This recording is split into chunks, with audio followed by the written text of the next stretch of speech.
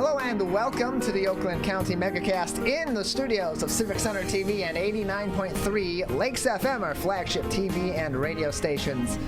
Today and each and every day here on the Oakland County Megacast.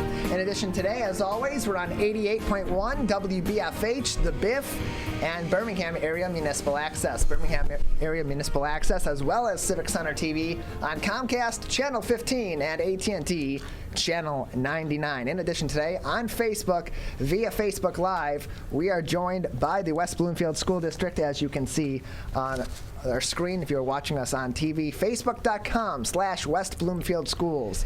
Give them a like and see more information from them and from us as we do the Oakland County Megacast each and every day. And for the first time in our new studios here at Green Media Center, we are joined, as always, by Ronnie Dahl. I will say, Tyler, I was a little happy to still work at home yesterday because it took forever to be able to shovel my way out to go get the punchki.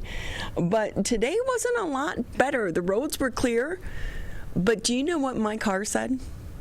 -6. Yes, yeah, I noticed that too. I got in the car this morning, and as I'm driving off, my hands are all cold because I was out for 10 minutes or so clearing my car off, and I noticed my hands are really cold. I'm like, okay, I haven't been out here for all that long. How cold is it? I look down, and it says -5. About 10 minutes later, it adjusted to 0, to a very balmy 0 degrees.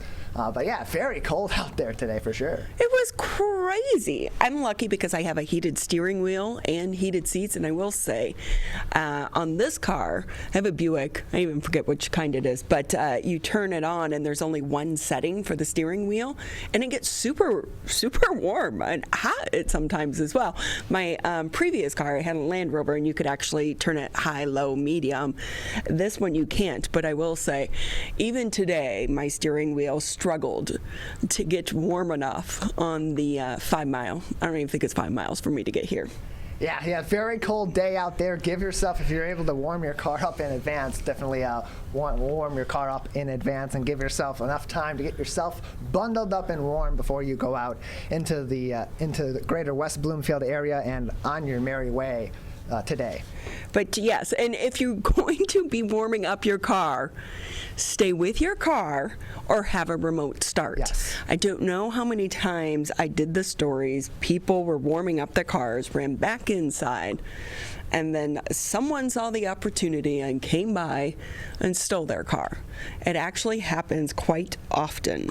So the newer cars, a lot of them do have the remote start, so there's some technology involved to help prevent that. But it is, we do need to let our cars warm up because you can't just get in it in this freezing cold weather and go. But if you're going to do it, please stay with your car as well. I thought I was going to have to take bubbles today because my husband's car is still in the shop. Okay. So I don't know if he needs it. I guess he's going to have to walk the mile down to pick it up. Oh no, it's too bad. Yeah, yeah. It's still not quite a day for the smart car on the roads. The roads much better than they were yesterday. That's not saying a whole lot, but. Definitely not a smart car day just yet on the roads of the greater West Bloomfield area. I know, but I love my smart car. So here's the thing with the smart car, though. Obviously, you have to use the power, the electrical power, if you're turning on the heat. And so that can dictate how far you can go. Mm-hmm. So if I haven't fully charged it, which is something that happened to me a few days ago before the big heavy snowfall. I did take the car out because my husband was using mine, and I turned on the heat, and it went down to like 4 miles available. And then you turn off the heat, 16 miles available. So you have to kind of pick and choose in those little smart cars, but the technology is getting a lot better in those, so we'll see. I think mine's like 2015, 14, I don't know what it is. Yeah, it is interesting as time goes on and electric vehicles become more of the industry standard and are being regulated to kind of be that standard in the near future. how that technology will develop, and people will be able to run all these different programs in their vehicles off the electric and still have pretty good mileage and power from that electrical vehicle despite running all those regular systems. Yeah, so I do think that's going to be kind of the future of the automotive industry, is to go electric. I know President Biden is pushing for electric vehicles in the future as well. So we'll see how that goes, because I will say that's one thing. If you are driving and you have to pull over and charge your car, because there is an app that allows you to do it, and the Teslas and some of the higher ends, you can charge them much faster than what I can charge my smart car, but still it's not a 2-minute pull over to the gas station. You have to take time. So for me, one of the charging stations, Somerset Mall, anyone out there with an electric car, just to let you know, you can get front row parking at Somerset Mall without having to pay for valet if you have a smart car, because you can, plug it in while you're shopping. And so that was saved me quite a few times. Yeah, not my wallet, but it got me enough juice to get home. Yeah, you have a fun time at the mall, and you're able to charge your vehicle as well. So I mean, it's a win-win in that sense. I'm rolling. I know, I got these rolling chairs. You make one adjustment, all of a sudden you're on the other side of town. Yeah. So I will say, Tyler, I because I was the first one in here today, so I had my snow boots on. I didn't know how much snow was going to be outside, but it had been plowed, but there was still some, so I tried to shovel it away. And so I brought my slippers, so I could switch out my boots for my slippers, so that I didn't, track snow through the building and the studio and this, that, and the other. But my slipper keeps falling off on these high chairs. And so for those that are watching at home, we have these high stools, but they're on wheels, so you can roll quite easily. If I fall off, please don't laugh at me. Yeah, well, I'll try. I'll have my hand on the trigger for the other camera, which is currently in a medium shot on me, so we won't see the fall should it happen. And if I fall over here, it's probably just because I'm in close proximity to cords for our lights behind us and for this chair, and I'll fall when there's nothing there anyway. Well, don't trip. I'll try.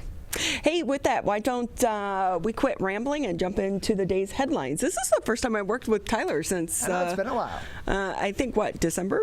Yeah, it's been a while. So, yeah, probably. A little weird being back in the building, I will admit. 90 cases of COVID-19 variant has been discovered at one of Michigan's prisons. We had actually touched on this story a few weeks ago when they first noticed the very first case. Well, now state health officials reported 90 cases of the COVID-19 variant B117 in the Ionia prison. After identifying that one case, results from daily testing of prisoners and staff at the Bellamy Creek Correctional Facility found 88 prisoners and 2 employees tested positive for the variant. An additional 5 members of the jail tested positive for the virus. The Michigan Department of Corrections began routine testing after an employee at the prison was found to have the variant last week.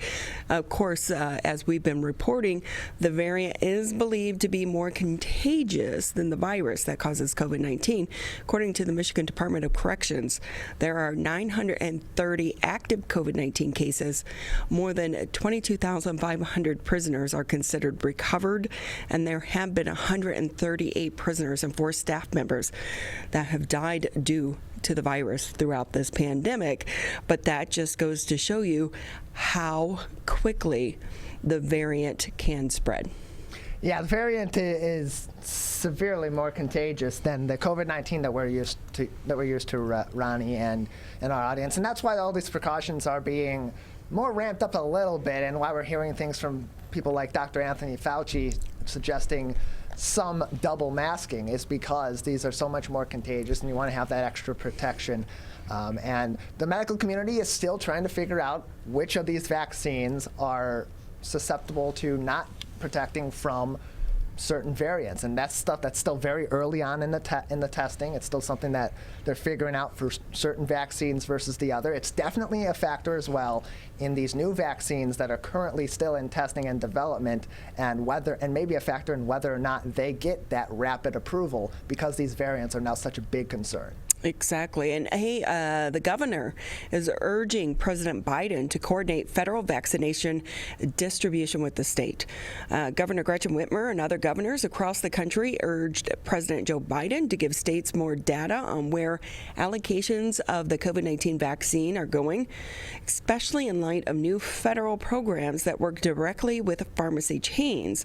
Both Republican and Democratic governors from the National Governors Association co-signed a letter yesterday stating that the CDC reporting mechanism has created unnecessary confusion. Whitmer and the other governors want to distinguish information derived from federal vaccine distribution efforts from those conducted by the states. Now, one of the main concerns here, Tyler, is that the governor's administration says that if vaccines are sent to the pharmacies, such as CVS or Walgreens, by the federal government, they're concerned those numbers could be included in the count towards the state allotment. By the way, Michigan ranks number 38 among states in administering the COVID-19 vaccine. That's according to the CDC. So, look, this is a great thing about why we're doing the town hall event tomorrow. This has just been a hot mess. Trying to roll out the vaccine, but when you have so many different layers of government involved, we are going, federal, state, local, to your health entities, but also now pharmacies. This is so confusing for people, and so we hope to answer some of those questions tomorrow, but also our government, our elected leaders who are going to work because we're paying them, we're paying their salaries, we're paying the salaries of their staff. They need to figure this out. They do. They need to get this under control. It's been messy at the local level, and part of that is because of communication issues at the state level and at the federal level. So they need to get their heads together. They need to be working together across the aisle, because it's not going to be just the executive branch of the state government that's going to figure this out. It's not just going to be the executive's office at county levels or the health departments that are going to figure this out. This is a team effort. They have a number of experts at every level of this response that can put together a more coordinated response that is comprehensive and can be localized for factors on a local level that are not immediate concerns of the state and the federal government. It's a matter of people doing their jobs and getting down to business and putting politics aside, which for anybody that's in Lansing or in Washington, D.C. or in Pontiac even, easier said than done, Ronnie. Oh, well, and with that, though, did you see a few weeks ago there was a story? They were trying to do one of these drive-through vaccination clinics. I think it was in South Carolina, North Carolina, and it was just a mess. They couldn't figure it out. The lines were long, this, that, and the other. So the mayor, I think it was, went to the local Chick-fil-A, got the manager and said, come help us. Because you know what? Like, when you're going through fast food, they're timed. And so if we were, get Amazon, get some of these companies involved. They do logistics. Let the companies that do logistics do logistics. A lot of times when it comes to government, some of the people that get these jobs may not be the best at those jobs. And they definitely, let's just say as a former federal employee, you're not encouraged to work faster and quicker than other individuals. Let me just put it like that, Tyler. Yeah, you need to have creative solutions to complex problems, and this is a very complex issue where the solutions have been very uncreative. And so engaging with the community, there are people out there who do these kinds of things on a daily basis that are managing chaos of different kinds that can provide insight. So that's a very creative solution there on the part of that person in North Carolina to say, let me pick the brain of someone in fast food that is managing these long lines and filing people through rapidly, getting all these people, hundreds of cars through, and taking care of these lines in a timely manner. If we can do that, and then on the medical side, still safely and swiftly provide these vaccines, that is a huge solution that doesn't only help us here on the local level, but can help other departments and other vaccine distribution centers throughout the country and the world also do that more efficiently, which helps everybody. Cut through the government red tape. But there is a promising sign here in Oakland County, because the Oakland County administration is seeking Board of Commissioners approval to spend nearly $70,000 on upgrades to 7 courtrooms to prepare them for in-person jury trials during the ongoing COVID-19 pandemic. As of now, all circuit and probate courtrooms are closed for in-person jury trials due to the pandemic. They are scheduled to resume later this year. The funding would be used to install plexiglass barriers and a social distancing floor decals in 6 circuit courtrooms and 1 probate courtroom.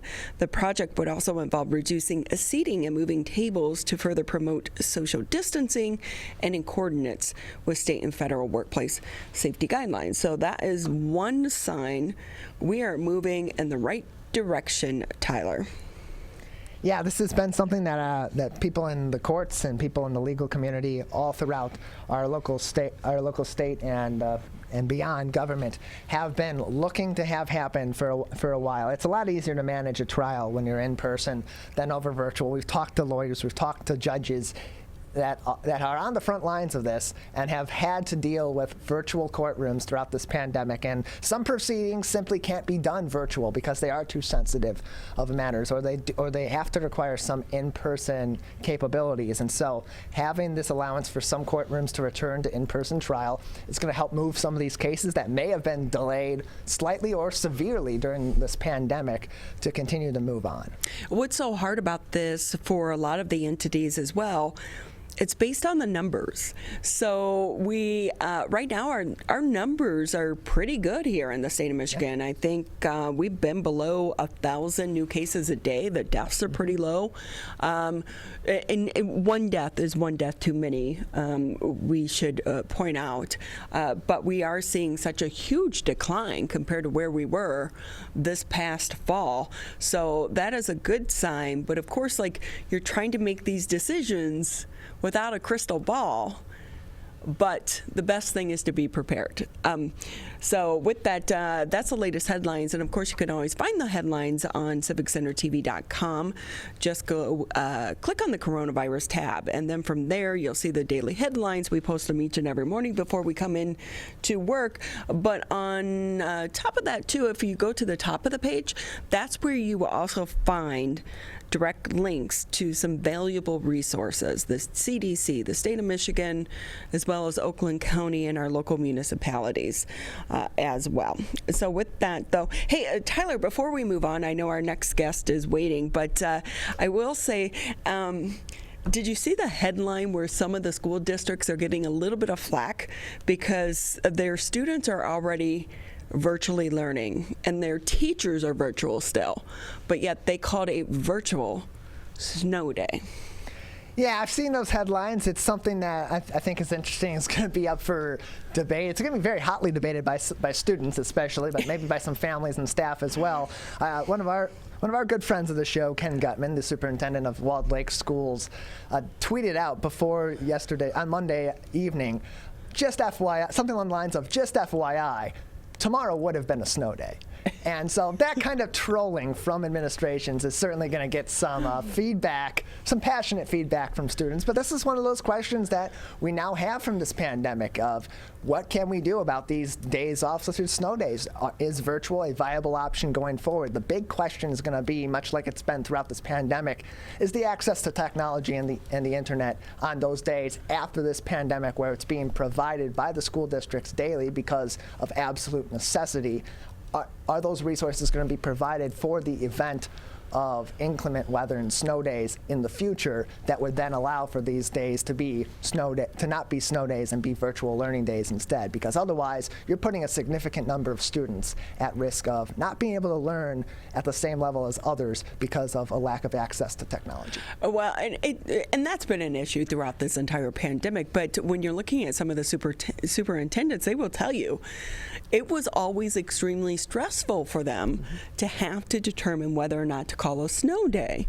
So what's hard right now for so many of the schools that are doing the hybrid is their teachers are still going into the classroom. They're half teaching in person. They're half teaching remotely. So there's a lot going into it. So just saying, hey, everyone has a remote day, not always so easy. So that's where it kind of gets tricky for some of the superintendents to explain that. But I will say, we were going to go sledding yesterday. Sled Hill was packed. Oh, yeah. And we want to take our dog Trixie, but it was like, well, there's a lot of kids, so Trixie didn't get to go sledding. So that's too bad. But another day. The snow's going to be around for a little while. There's plenty of opportunities that won't be on the busy day where everybody's home. There's no school. It's a snowy day, and everyone wants to go find something fun to do in the weather. Exactly. Hey, with that, though, we want to let you know we do have a great show ahead for you here on this Wednesday, right? It is Wednesday. It's Wednesday. It's Hump Day Wednesday. Okay.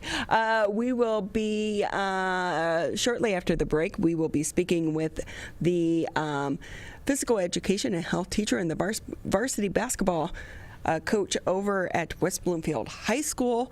Boy, what a year they've had, right? Already. Yeah. I'm really excited for our 1040 interview. Rochelle Riley is going to be with us here on the Megacast. Of course, she is such an icon in the city of Detroit, a longtime Detroit Free Press columnist who retired and then went to work for the city of Detroit as their arts and culture Office of Arts and Culture and Entrepreneurship. She's heading up that department, so a lot for her to speak about, but she also wrote a really great book, and we'll tell you, Twitter had something to do with that book, so that's great. And then in the 11 o'clock hour, we'll be speaking with Jim Nash. She's the Oakland County Water Resources Commissioner, as well as our good friend Dave Dulio, Professor of Political Science and Director of the Center for Civic Engagement over at Oakland University.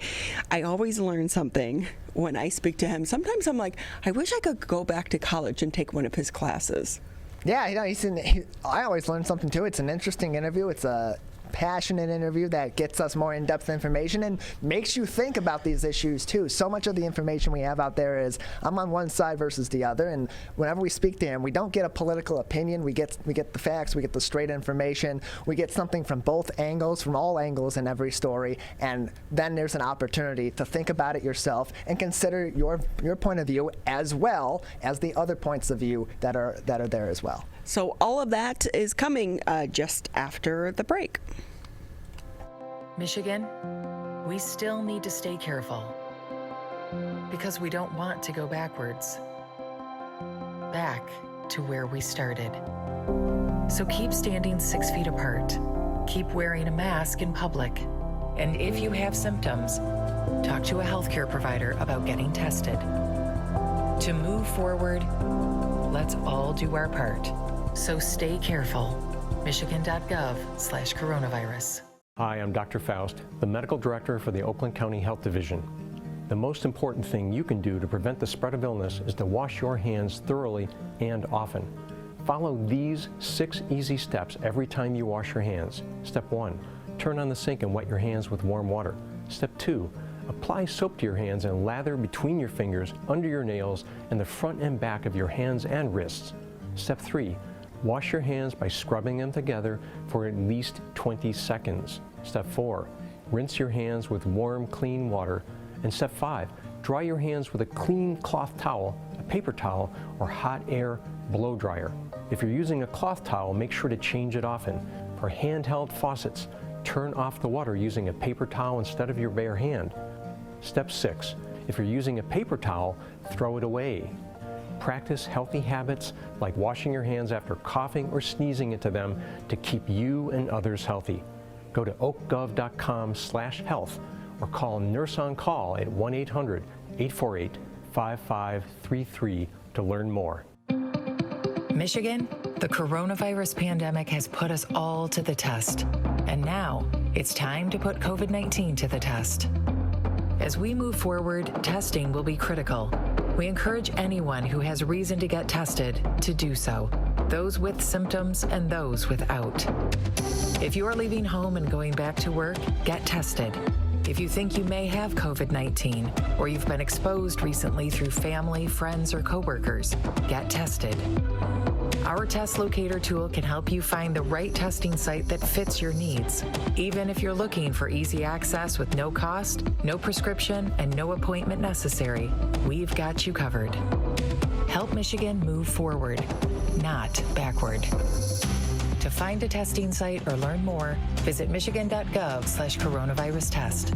A message from the Michigan Department of Health and Human Services.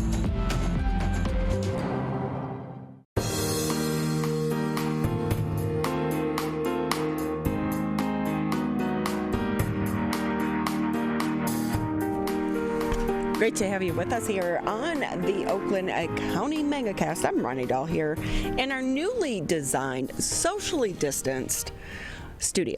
Tyler, you guys put a lot of work into this. Yeah, a lot went into this, a lot of planning, and then all last weekend, Dave Scott, our general manager, and Eugene, our IT expert, were in the studio here, making sure this was all set up, testing things out, making sure it was ready for Monday's show, and then Eugene and I have been tinkering with it here and there over the last couple of days, fine-tuning some things, fixing some things that were just minor issues that popped up, but other than that, it's been going very smoothly, and it's a nice change. It is great, and kind of cutting edge here for public access TV, addressing all the different venues and formats going into the future. Hey, so we do want to kick off the show. You want to talk about people that have had to adapt and adjust to the change. With us now is Jeremy Denha. He is the physical education and health teacher and varsity boys basketball coach for the West Bloomfield High School. Coach, how are you guys doing? Oh, we're staying afloat. It's been quite the adjustment. We, as a unit and as a program, we have 40 kids right now in our program, and our kids are doing the best they can. Wearing the masks. We were in some non-contact practices, which is not ideal, but we looked at the alternative where we were kind of locked down with the lights off. Now the lights were back on, and we were able to get back in the gym, put a ball in these kids' hands, give them some structure. And then, when the order was lifted, we were told, all right, go play your games. So we literally didn't have a practice and played February 8th, had one practice, and then played 2 more games. So it has been crazy. There's been some exhaustion, and but these kids are so resilient. I'm so proud of these boys right now, and we're gonna get this thing going, get it turned around. Coach, I have to say though, because I played high school basketball, junior high, and I remember practice, and then you're like, no, go play a game. But on top of that, it's the mental roller coaster that you and your teammates, the kids have been throughout this entire thing, and for the state to lift the restrictions, a great decision, but also it came with 8 pages of instructions. How do you keep up with the changes? We don't. No, it's funny. There's the instructions from the state, and then each school kind of has their own instructions as well. We have 4 of our opponents that aren't allowing fans, and everything's even a little more strict in those areas. But we're doing the best we can. We don't want any kids to catch COVID, and we don't want any kids to take it home. So they're gonna adapt to it, wearing the mask while playing. I don't know if you guys have tried to put a mask on and get away. It's not easy. Even just to do some minor cardio or do some weight training, it's difficult. So these kids are adjusting, and like I said, I'm really proud of what our guys are doing right now and how they're adjusting to it. And like I said, they'll get used to it all, and hopefully before the end of the season, and then hopefully we can have some fun and make a little run. Yeah, I took a yoga class, and you're trying to do yoga with a mask on. It's like falling, and you're not even running and jumping like these kids are. But they really, to me, seem to be better at adapting to some of these rules and regulations than what we as adults have been. Yeah, absolutely. I mean, and I think even I even think of my own kids at home. We have 4 little ones at home, and I always tell everybody, these little kids, they're 8, 6, and 2. They're more resilient than we are as adults, and I think our high school kids are doing the same thing. And they're going through a lot in terms of transition right now with the school district as well. Now they're back in person for half days. They're asked to practice every day. They're asked to play games. So there's a lot going on. It's just going to be, like I said, I got to be patient with these guys, and they're going to get used to it. I'll get used to it as their coach, and we'll move forward. Jeremy Denha with us. He is the head coach of the West Bloomfield High School boys varsity basketball team, as well as their physical education and health teacher. So with the state's new regulations, with the MHSAA's new regulations as well to restart the winter sports season, the scheduling of these games has been a little bit different because you did lose that time from the initial portions of the season, both with practices and with games. How is that scheduling different, and how is that scheduling affecting play on the court and your players as they prepare each day and for each game? So we typically start in November with our tryouts, and then first game. So we usually have about 4 weeks of preseason practice, and we go 5 to 6 days a week. Typically our Saturdays are like our training days, our skill development days. And we had that with non-contact. Of course, we just had skill development because we couldn't have contact and play defense. Then we typically would start in December with our games and have 20 games. Right now we started February 8th and we have 17 games scheduled. So we're going to lose 3 games. We're going to do it in 6, and we're only going to have a 6-week season. So now I think the last time I looked at a calendar, I think we have more games than we do practices. So it's, and how that's affected these kids right now, our shooting percentages are really down based off of, we haven't been able to, really play offense against live defense. Our defensive rotations aren't what they used to be. But all that's kind of coming as we go along. We've had 4 games, like I said, we've had 4 games so far, and I think we've had 4 practices. Yeah, it's just like we saw in the football season, the effect that having the season cut off so closely in proximity to tryouts and to team designations, varsity, JV, freshman, etc. That does throw off the chemistry. It does throw off the preparation, getting your game plans and your systems in place to be able to be prepared for those games. And so you have to expect to come into the season with a little bit lower quality of play than you normally would start off with, because there's been that cutoff and that flow hasn't been there as it normally would be. What do you tell your players, and what has your staff been saying to the players on your varsity squad as they go through those growing pains in this season, knowing that things will eventually come together, even if their confidence may not be there just yet? Our main goal, and this was we've lost 2 of our games already at the buzzer. We hit a shot to win it last night, but it came about a tick late. And then we also lost our first game at the buzzer. My message game 1, before we even tipped off, or not tipped off because we're not allowed to with COVID, we kind of had to take it out of bounds, but my message was, you can't get too high or too low with wins and losses. The expectation is we get better every single day. And that's just learning each other, learning our rotations. From a player standpoint, it's getting your legs underneath you, going through the battles and going through the games, and just getting better. We want to win. Every game we go into, we want to win. But that isn't the main goal right now. The main goal is, regardless of the game, we get better. We put them through a tough battle. And then the next day needs to be a learning day again. And we need to just build off of every single game. It's not the wins and the losses right now. It can't be. In terms of gameplay, you mentioned that there isn't a tip-off. That kind of tipped me off to this next question.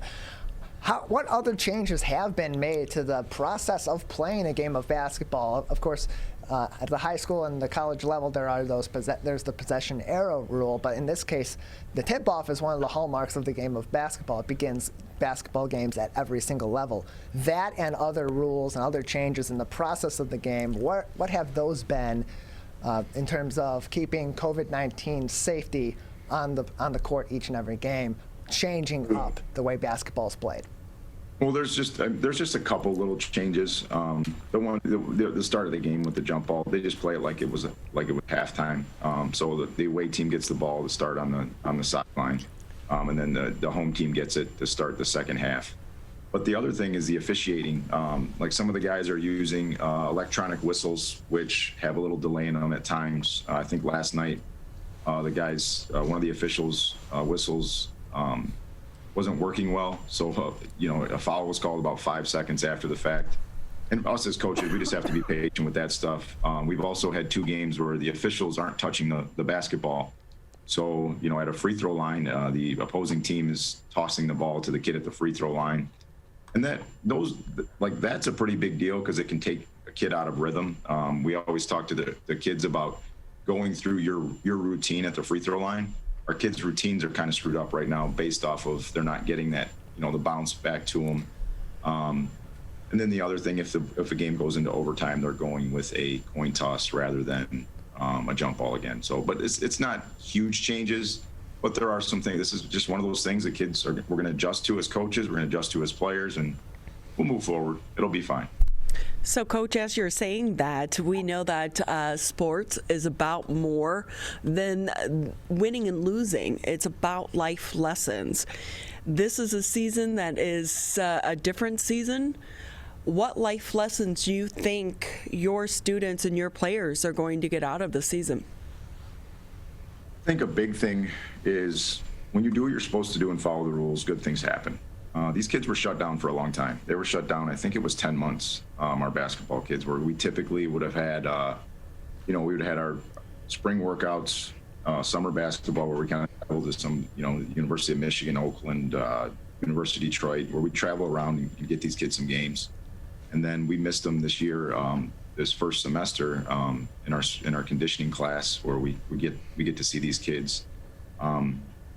So I think by them following the rules and doing what they're supposed to do, they were able to have a season and have that sense of normalcy. And I think it shows, hey, you fight through it, you do what you're supposed to do and do what's asked of you, good things happen. And right now it's a good thing. And regardless of the changes, regardless of the limitations, these kids being on the floor with their peers is huge.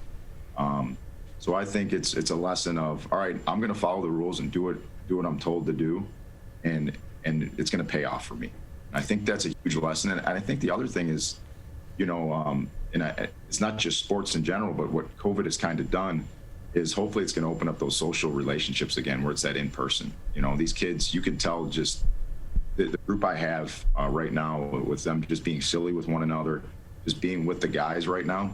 It's something that we've missed out, honestly, the last, 3 or 4 years. This year, this group seems a lot closer. They seem to be like last night. Last night was a tough loss, and they seem to be kind of, supporting one another more than they have in the past. I will say, though, Coach, the big concern for so many of these students, it's not just the game, but also their futures on the line here, and the potential for scholarships, and also missing out on scholarships. So when you're saying you have more games than you do practices, could that impact some of the players and their futures as well? Because other states have not had the lockdown and the restrictions that we've had here in Michigan. Therefore, maybe some of the college recruits are looking at other states more so than Michigan. I don't know how much that's going to affect us in terms of recruiting. I think the big thing that's going to affect recruiting is what the NCAA, the NAIA have done, and the junior college levels with, these kids that are all in college right now got a free year. So that's going to really affect these next 2 classes, the 2021s and 2022s, because there might not be the spots that there normally were. These kids are going to get film, and we're going to send film on to guys. And yeah, these coaches can't be on the road. So of course that'll have a minor effect. But I think the bigger thing is the NCAA and rightfully so, these kids should be getting another year in college, but it's going to affect recruiting probably for our next 2 classes. I think our juniors and seniors are going to be affected. Maybe they have to take a different route to the next level, whether they're going to a junior college if they're a really good student and then they play there for a year, or if they go to a prep school. But it's going to be tougher. It's already tough in basketball to find a fit because the roster numbers are so short. And if these schools aren't getting more money, especially at the Division II and Division III levels, it's going to really affect our kids' abilities to play at those levels. We're joined by Jeremy Denha on the Oakland County Megacast, Civic Center TV, 89.3 Lakes FM, 88.1 WBFH The Biff, the Birmingham Area Municipal Access and West Bloomfield School District's Facebook page. Jeremy Denha is the physical education and health teacher, as well as varsity boys basketball coach at West Bloomfield High School. And this is a big learning opportunity for our student athletes. And we've seen in the fall sports season that a lot of these athletes thrived under the unique pressures and the unique adversity of playing a season where COVID-19 regulations are in place. In terms of what you're seeing so far with your players on the basketball court, how has the adversity of the COVID-19 pandemic, both off the court and on the court, helped them develop into better players and better leaders, which is one of the hallmarks of youth sports and why we play them? I think when life events kind of knock you down and you can respond to them, it's not about being a better player. I think they missed out on some of that, some of those training situations, getting shots up, but the resiliency, in team sports, you need to be resilient. You need to be able to forget about the previous play, whether it was good or bad, the previous win or loss. And I think that by them battling through this COVID-19 pandemic and being at home and their life kind of being flipped upside down, I think that has created the tougher kid emotionally. They're picking up skills that maybe they didn't have, and the other thing, a lot of, and I don't know if you guys have ever taken an online class, you have to be self-directed and you have to be self-motivated to kind of get some things done. And I think our kids, by doing all that stuff, is going to greatly affect them, down the road. And, we never grew up, through a pandemic and had to deal with these kids are dealing with. For them to be able to bounce back, I think that's just a life lesson that none of us adults could teach to them. Well, Coach, they're very lucky to have someone such as yourself helping them navigate this crazy, crazy world that we are all living in right now. But also, thank you for your time and your commitment to the kids, but also to our community. And with that, though, anything we didn't maybe touch on that you want to share before we say goodbye? No, but thank you guys so much for having me on, and be willing to come in whenever you guys want to hear about the hoops team or West Bloomfield School District. I think that everything around here, I think we're doing what's right for the kids, and we want to keep doing that. So we appreciate you guys. Well, and Coach, go Lakers. Thank you. Thanks again for your time. We so appreciate it. We're going to take a quick break here on the Megacast, and then when we come back, Rochelle Riley is going to be joining us on the Megacast. 19 is to face it. You can't get too comfortable. You can't forget the danger. Wear the mask. Wear the mask. Wear the mask. Wash your hands. Keep a safe distance. Especially in the next few months. We'll get back to normal. We'll get back to normal. We'll get back to normal. Someday. But not yet. Not yet. Not yet. But not yet. But not yet. Consider virtual gatherings for the holidays. Curbside food orders. Grocery delivery. And shopping local. Shop local. And especially shopping local. Let's beat this virus. We can if we face it together. Together. Together. Together. Together. Together. Together. Together. Together. Together. Together. For the latest information, visit oakgov.com/COVID. Perry tested positive for COVID-19. Emma was exposed to a friend who's positive. Willa's waiting on test results. After any contact with COVID-19, or if you test positive, stay home for at least 10 days. If you live with others, keep your distance and wear a mask. Help Michigan contain COVID-19. Visit michigan.gov/contain-COVID.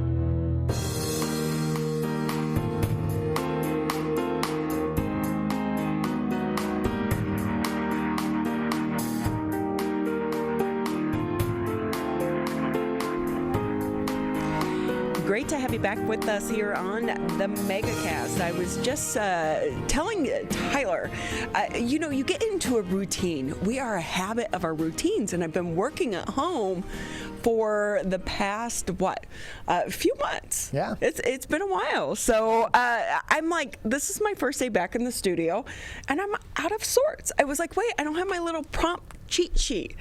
So I do know you can listen to us on 89.3 Lakes FM, 88.1 FM The Biff. Always.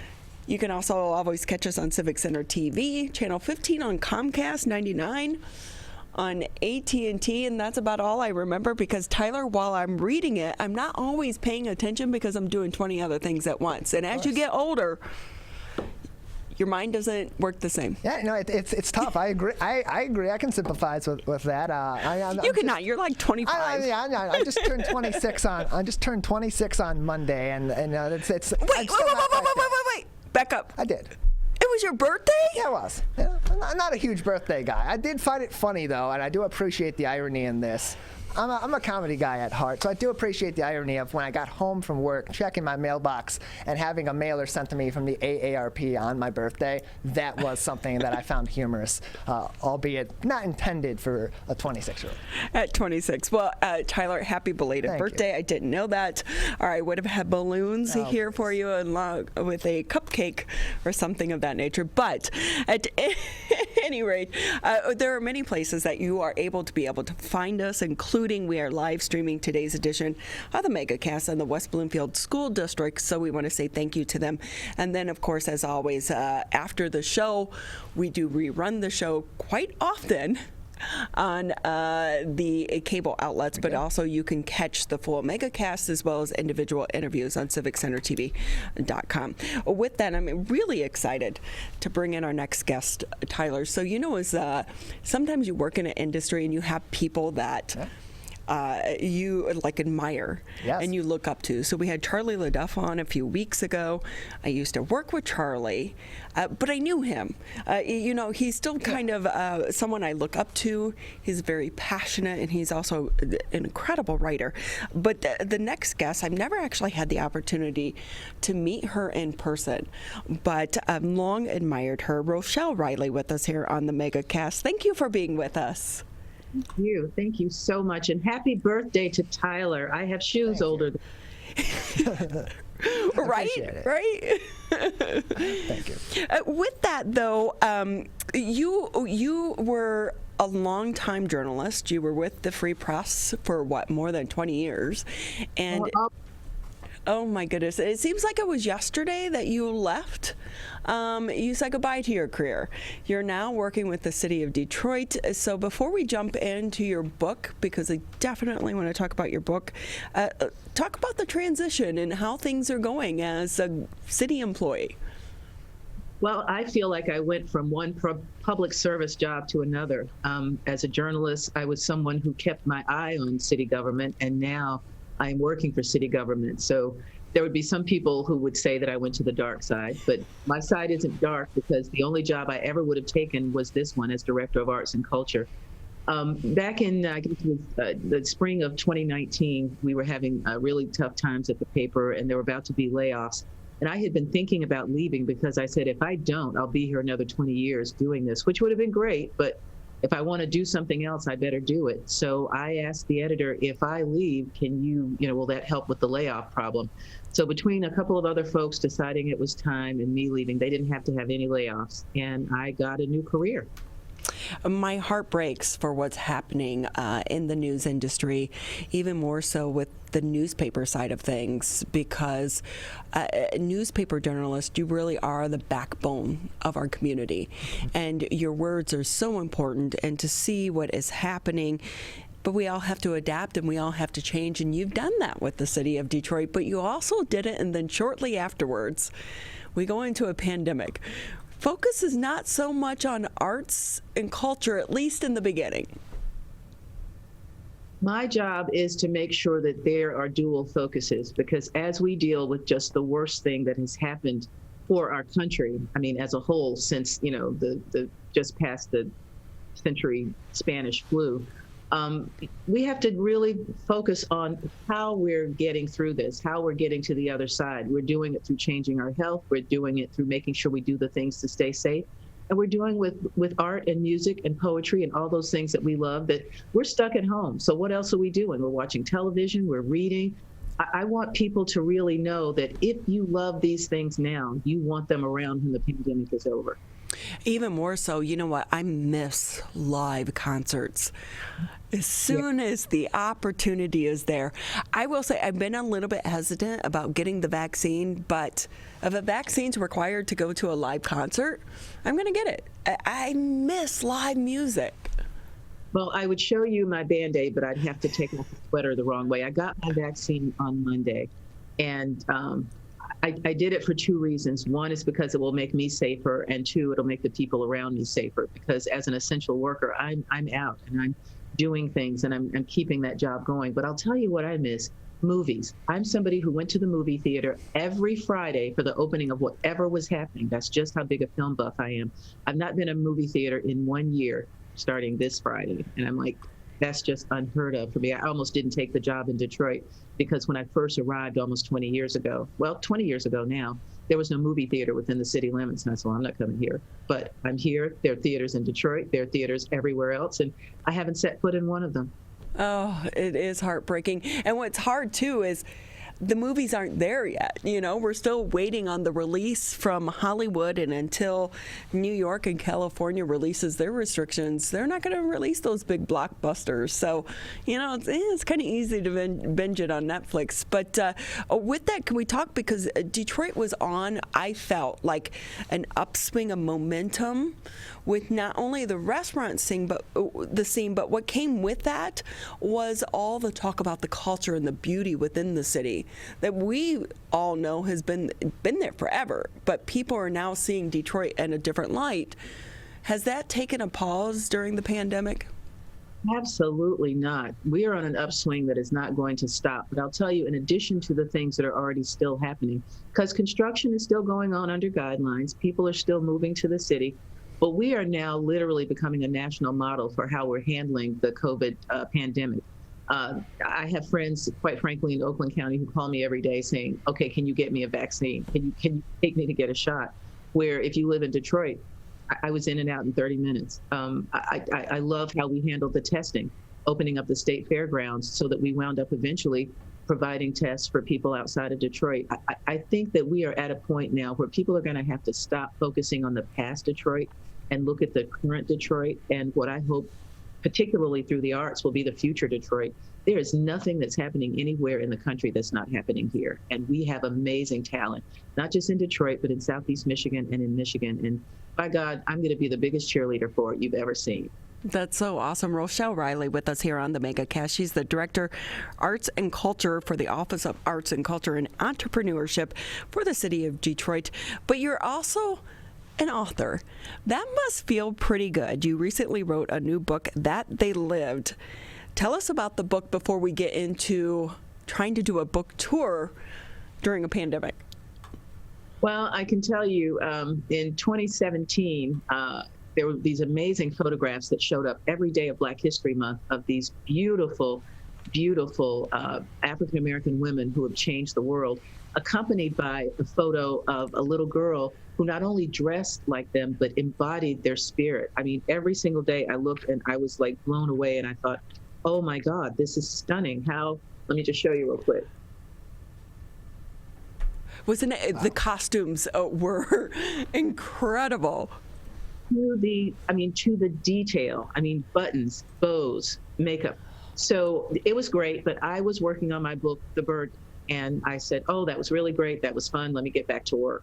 So The Burden came out in 2018, and February of 2018, that month, there we go again. These amazing photos appeared again.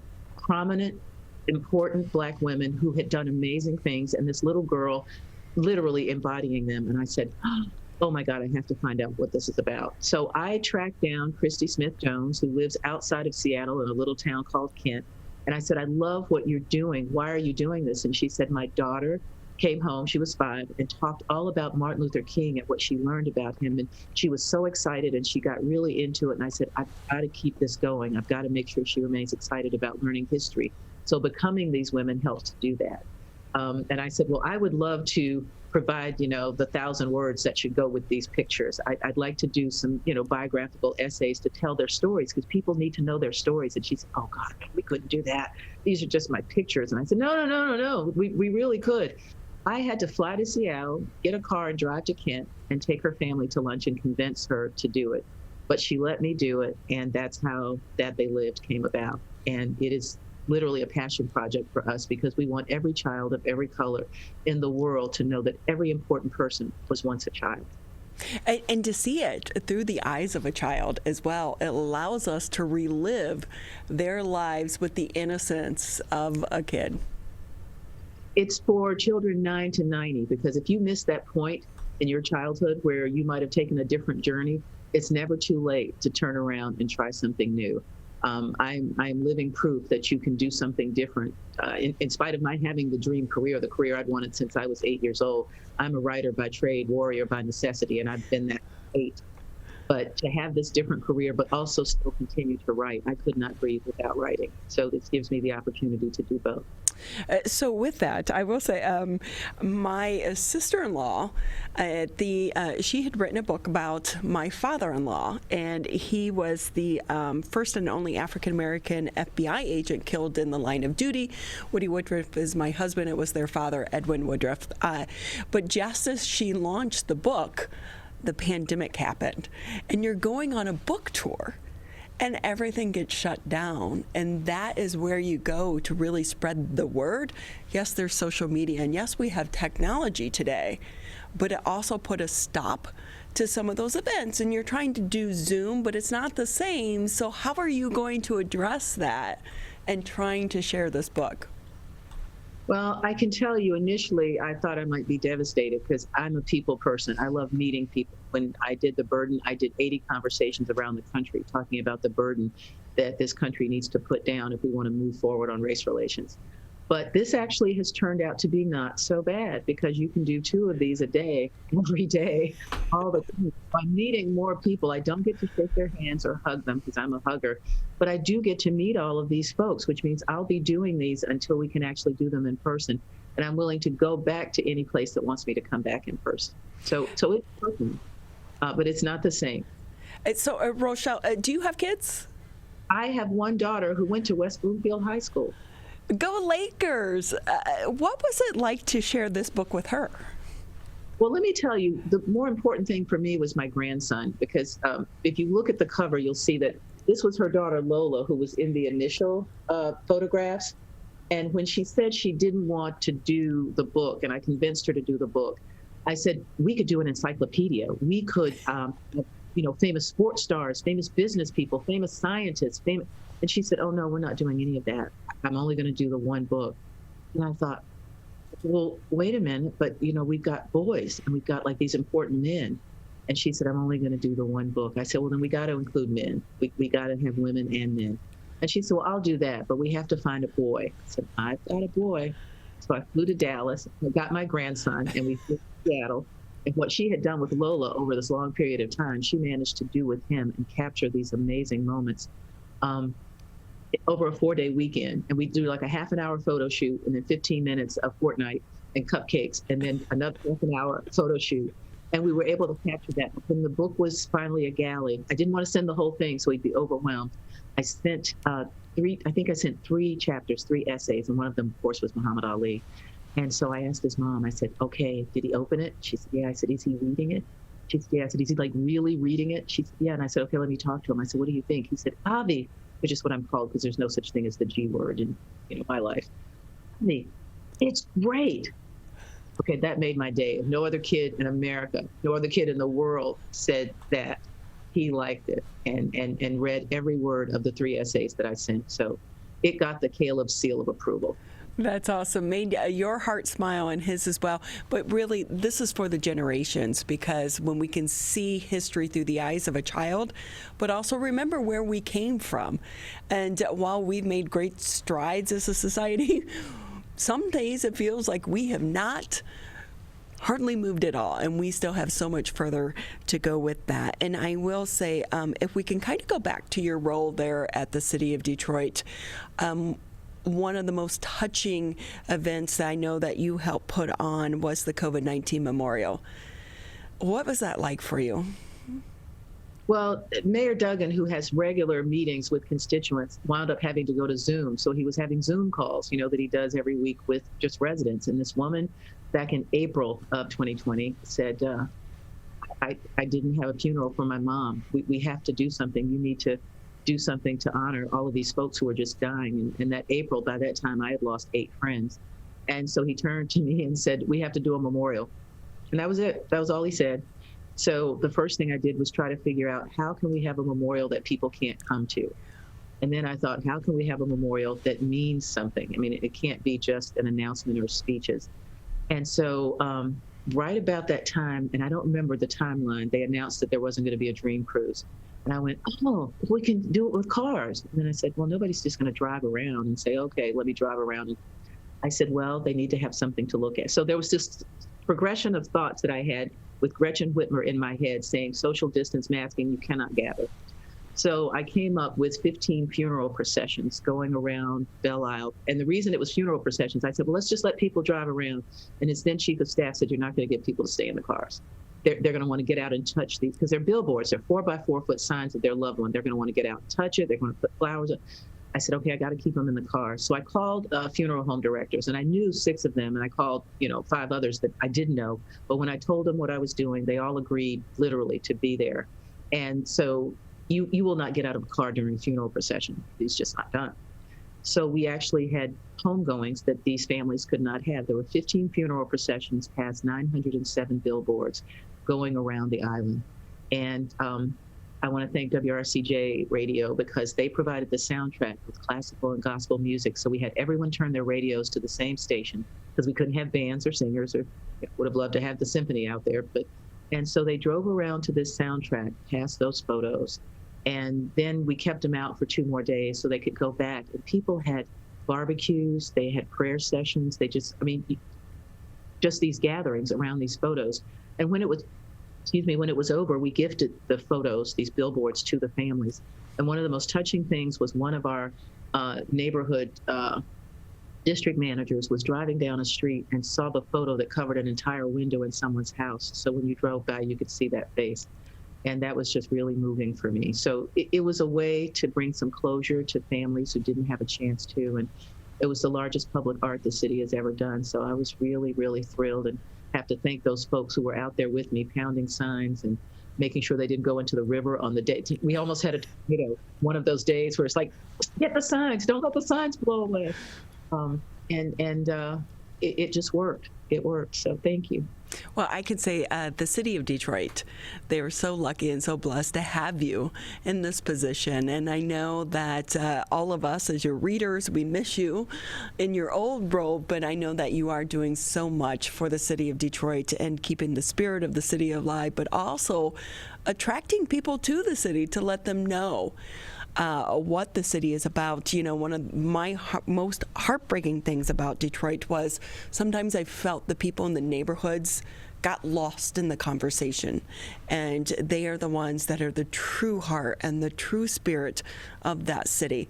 They didn't have the opportunity to get up and move away and leave their neighborhoods. They stay there, and they connect with one another, whether it's through an urban garden or through music, or it's so many different ways. And so the city of Detroit by far is very much the lucky end of this for having you in this position. It's so awesome to say that. I do want to tell you that my focus is the neighborhoods. I'm moving the Detroit ACE office, Arts, Culture, and Entrepreneurship, to a neighborhood, and we're going to focus on neighborhood culture and arts, and we're going to use arts and culture to literally serve as a catalyst for neighborhood growth and making sure that people know here's someplace great that you can be. That is so beautiful and so wonderful. And there are a lot of people in a lot of neighborhoods.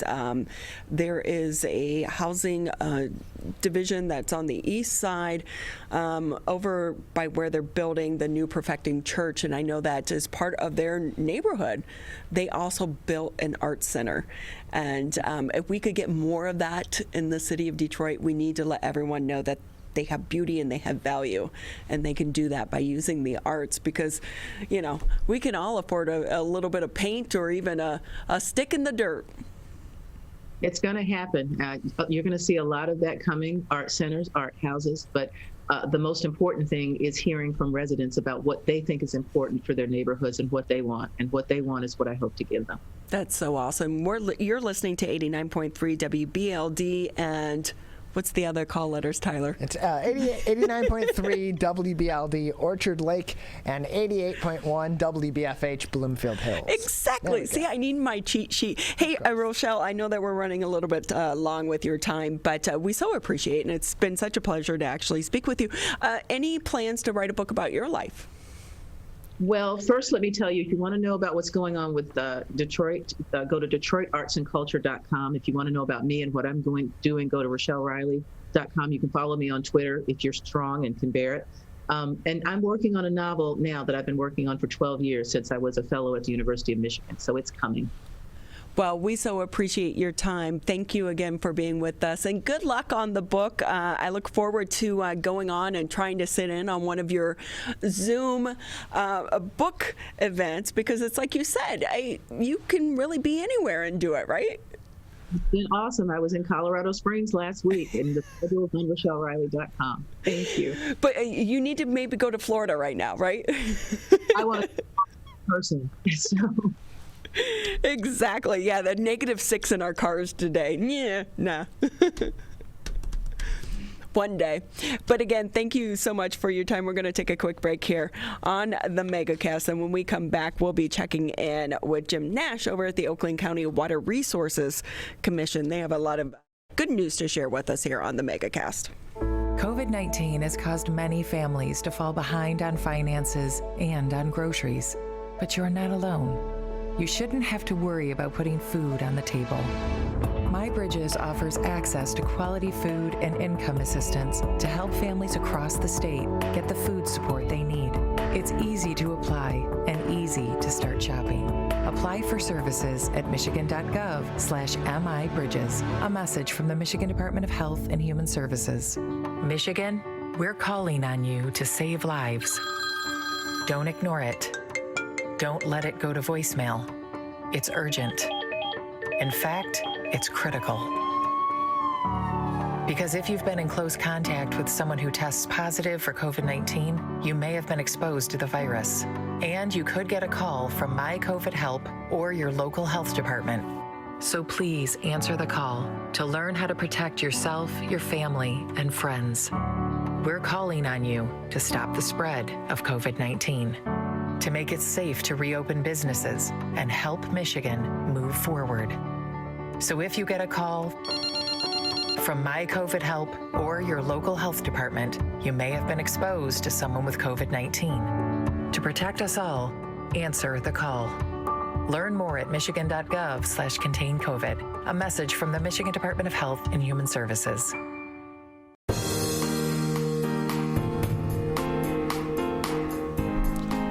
We want to say thank you for taking time out of your day to be with us here on the Oakland County Megacast. And as a reminder, you can always catch Tyler and myself Monday through Friday, 10 a.m. until noon, as we work to bring you interviews of decision makers, elected leaders, business owners, and all of those also in our community, as we all try to navigate this crazy, crazy world of COVID-19.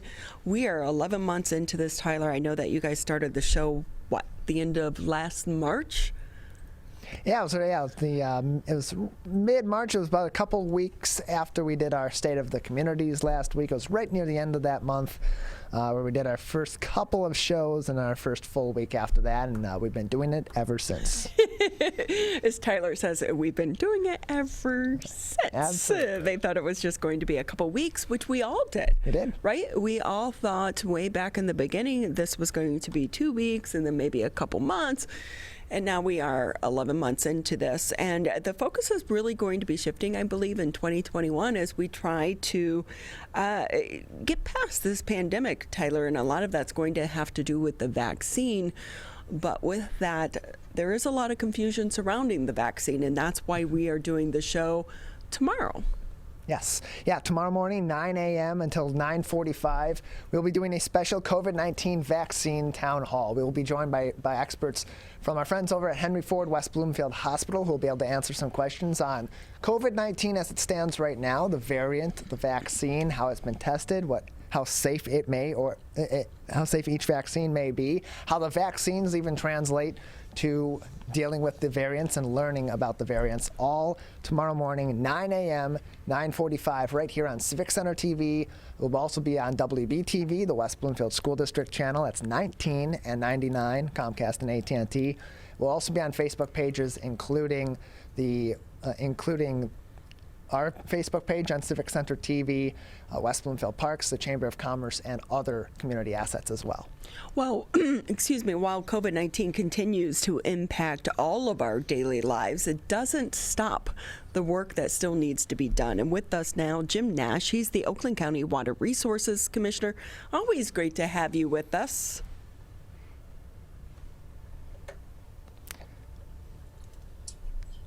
Can you hear me? Yes. Yep. Oh, okay. Just want to make sure. There we have you. How are you? It's great to, you know what? Every time I see you, your plants are getting bigger. Yeah. Well, it's been a full year, so. Well, they look great. By this time, I would have replaced mine at least 30 times.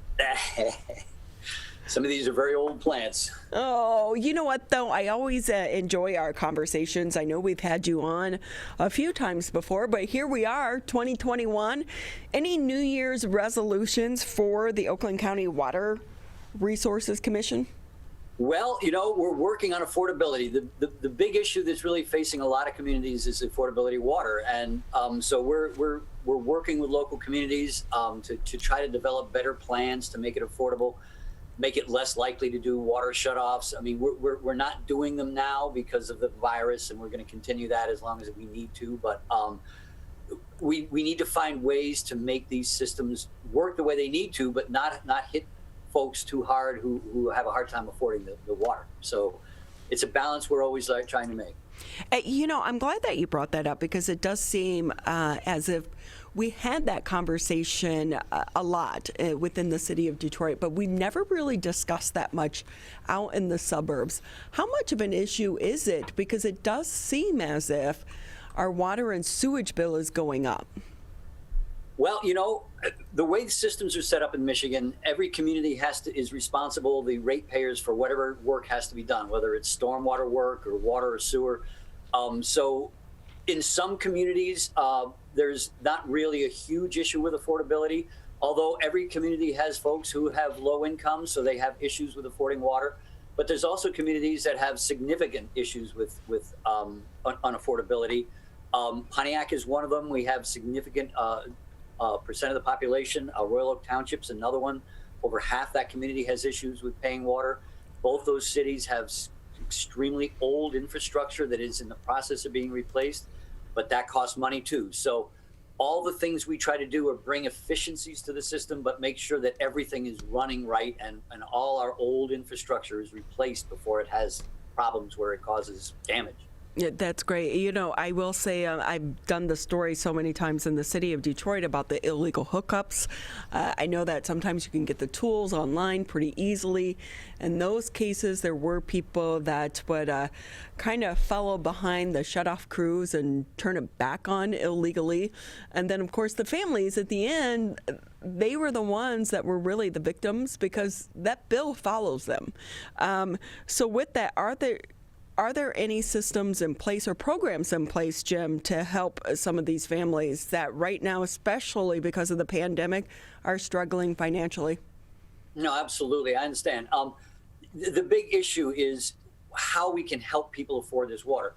The Great Lakes Water Authority has a system called the RAP program, a water residential assistance program, that helps people with low income up to 200% of the poverty level afford their water. They're given a $25 a month subsidy, and then twice a year they're given up to $350 towards any arrearage they have on their bills. And that's a great program. It's helped a ton of folks. Actually, we helped get it expanded to that 200% of poverty level. So that's an important thing. But unfortunately, it's still some people who don't qualify by income still have a significant trouble paying for their water bills. So we're trying to make these systems more affordable. One of the big issues is, and a lot of people have asked me, is water a human right? And I completely agree, water is a human right. We can't survive without clean water, and without proper sewage disposal, we have disease. So if we're not doing that, we're having a problem. But the ratepayers of a particular system shouldn't be the guarantors of rights. The guarantors of rights are the state and federal government. If we're going to have a program that helps low-income folks afford water, it should come from the state and federal government to help spread that cost into the entire community, so just low-income communities are not hit as hard as they are nowadays. So in my mind, we need to make sure that we are including everybody in these decisions, and that we get the help we need for those folks from the state and federal governments. I love that you bring that up, because I struggle with this a lot. When Detroit was being hit hard with the water shutoffs and it went national and international, I had just come back from Kenya. And when you see families and small kids that are walking 3 and 4 hours just to get water out of a well, we appreciate water, and we are so blessed to have the water. But to get free water out of a tap, someone has to pay for it, and we have to be able to do that. And it was so hard to come back and to see so many people wasting water after you see these small kids just, and they're sharing the one well with, members of tribes, but also all the animals as well. And we are very blessed to have the system that we are, but it's like you said, someone has to pay for it in order to get the clean water into our faucet so we can turn on the tap. With that, though, do you want to talk to us, and can you kind of explain the relationship and your partnership with the Great Lakes Water Authority? Sure. We've been working very closely with them since it became an entity back in basically the end of 2015. As a regional entity, they've been much more forward-looking in terms of cooperating with all the systems outside of the city itself, because we're a region. We're not just a bunch of communities. The water doesn't stop at borders.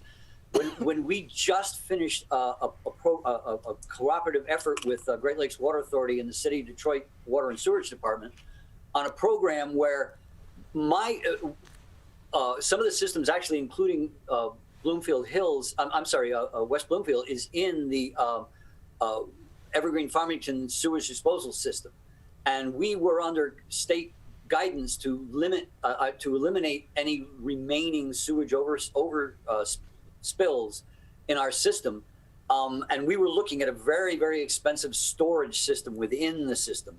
But then we came up with the idea of working with Detroit, and instead of building this system that's going to cost millions to build and then more to operate and maintain, the city of Detroit will be accepting more of our flow into their system for treatment, and instead of which would overflow their system otherwise, but instead we're contributing to them having a very large green infrastructure project that will divert stormwater flow in a big storm away from the combined sewage system and into storage until it can infiltrate into the ground. This will allow us to not have to build all this extra stuff in our facility and still eliminate a bunch of overflows and contribute to Detroit stopping about almost 40 million gallons a year from overflowing in their system. So it helps everybody saves money, and it's a great demonstration of how green infrastructure can save a lot of money over time, instead of those old gray infrastructure like pipes and pumps and tanks underground, and all that costs so much money. So this is the kind of thing we can do with regional collaboration that really hadn't been done in the past. Oh, that's great to know that you all are starting to work together on some of these things. And I will say, Jim, ignore my ignorance on this, but when you say green, I believe once I covered stories in Detroit where they were basically kind of doing like retention ponds to be able to use the water runoff into those areas, but also maybe to pipe them into urban farms and things of that nature. Is that what we're kind of talking about here? Absolutely. I mean, it's anything from, when your gutters come off your house and then immediately goes down to the nearest grate and goes into a storm drain. If you put a little rain garden in between that, so the water flows into it's like a depression in the ground, you grow flowers in it. And there's flowers, they're native plants that are native to Michigan. and you can get different things that bloom in the spring, summer, and fall. So you constantly have flowers blooming. And every time it rains, instead of all that water going to the sewage disposal system and costing money to treat, it stops there and it infiltrates into the ground. It saves everybody money, and it looks nice. This is place setting. And when a community does it in a larger setting, it looks like a community garden and a kind of a rock garden with plants growing in it, and it looks very nice. And then it absorbs water when it rains. So all of these things have a big payback. They're way cheaper to build. Very little operations involved, some maintenance, but it's way cheaper in the long run to do this. And we're still dealing with this and preventing floods into people's basements or sanitary sewers flowing into our lakes, rivers, and streams. You're listening and watching to the Oakland County Megacast. With us right now, Jim Nash. He's the Oakland County Water Resources Commissioner. Jim, I love that you guys are being innovative and trying to come up with these green ways to service the community, but also being responsible with our tax dollars at the same time. Yeah, this is saving money. We're saving up to $15 million on the projects we would have had to build, and we're still cleaning up these water, and we won't have the spills afterwards. So it saves money, it accomplishes what we need to do to protect the environment, and it helps the folks downstream control their flows. Couldn't work out better for everybody. I see this as a model of how communities and counties can collaborate on these things. All our counties have inter-county drains, have systems that go between counties. And if we can work together, we'll solve these problems much cheaper and much easier than if we're all trying to do separate things ourselves. That is such a great point to make. Hey, before we let you go, because it's been a great conversation, but I know that you're tight on time. We want to appreciate all the time that you're providing us. But I have to talk about the calendar and the calendar contest with some of these kids. They're pretty amazing. Oh, we love it. Every year we do, this is, I think, the 17th year now. We've done a calendar of 4th and 5th graders doing art from all over the county, from, elementary schools. And they just put their hearts into it. They're beautiful pieces of work often. And they remember these things because they go through a whole course of learning about the environment, protecting water. And it stays with them. I've talked to kids who've done this that are in high school and even college, and they still remember that event. So it really leaves an impression on the kids, and they put so much effort in it. They really are talented kids. But you also had, in the middle of a pandemic, quite a few kids participate. Yeah. Normally we have more, but again, people are doing all these things virtually nowadays. And when we send out to the information to the teachers, they still spread it among the students. So it's been great. And the teachers have always been very collaborative with this, cooperative. And actually, we just had a woman who last year retired. She had done it all 16 years with her students, and a bunch of her students had won, best art. And so it's a tradition in a lot of these schools, and it's so good to see. The kids just love it. Well, and they learn something from it as well. And so I will say, we should probably back up just a little bit, but the calendar, you do it yearly. The kids submit drawings, and then who gets to pick the winners? Well, it's within my staff. Actually, in the past few years, Michigan Public Radio, Public TV, Detroit Public TV has participated in this also. And again, we get to overview. In the past, we've had up to 1,000 contributions in a year. This year, we had about 300, a little under 300. Again, because of what happened, but still, the interest is so strong, and almost all it's the same schools often send a lot of the art to us. So it's just been neat, and the kids, again, it's so great working with these kids. They're so enthusiastic. I'm going old school too, because I think a paper calendar, we all need one right now, because in the pandemic we feel like we're living Groundhog's Day, right? I'm always going to Tyler. What day is it? Right. What day is it? Wait, it's Wednesday? I thought it was Monday. It's just crazy. But even though we have a calendar on our phone, it's still not the same as having one hang on the wall, and then to hang one with artwork from these kids. That's a gem. It is great. I love it.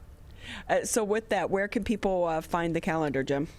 Well, you can go to our website, oakgov.com/water. I think it's on the front. If it's not, you can just search the site for Kids Calendar, and they'll pop right up. There you go. And they are pretty talented with that. Jim Nash here on the Megacast. Before we let you go, anything we didn't touch on that maybe you want to add? Well, no, I appreciate you having me. This has been great. And again, we're looking to make sure that we can collaborate across the whole region and work with the state to do it. So it's great to do it. I'm happy to keep going at it. And again, thanks for having me. Well, it's always good to have you, and we always learn something when you're here with us on the show. So thank you for your time, and we wish you the best in 2021. Thanks. You too. We're going to take a quick break here on the Megacast, and when we return, our favorite professor, Dave Duglio, with us here on the Megacast. Hi, my name is Kurt Lawson, and I'm the Public Information Officer for West Bloomfield Township. We wanted to reach out to you, our older adults, to provide information that you may find useful during this difficult time. We want to ensure you that West Bloomfield Town Hall, our Waters and Utility Department, West Bloomfield Parks, and our police and fire departments continue to work hard on your behalf. Information and resources can be found on the Township website, the police Facebook and Twitter, or call West Bloomfield Parks COVID-19 Help Hotline. Please remember to keep your social distance of at least 6 feet, wear facial coverings when you leave your home, and wash your hands for at least 20 seconds with soap. These precautions will help keep you safe during these difficult times. This may seem uncomfortable, but so is being hooked to an IV, sleeping in a hospital bed, and fighting for your life. When it comes to COVID-19, comfort is not as important as saving lives. Wearing a mask can greatly reduce the chance of spreading the virus. So mask up, Michigan, every time you leave home. The only way to beat COVID-19 is to face it. You can't get too comfortable. You can't forget the danger. Wear the mask. Wear the mask. Wear the mask. Wash your hands. Keep a safe distance. Especially in the next few months. You know we'll get back to normal. We'll get back to normal. We'll get back to normal. Someday. But not yet. Not yet. Not yet. But not yet. But not yet. Consider virtual gatherings for the holidays. Curbside food orders. Grocery delivery. And shopping local. Shop local. And especially shopping local. Let's beat this virus. We can if we face it together. Together. Together. Together. Together. Together. Together. Together. Together. Together. Together. For the latest information, visit oakgov.com/COVID.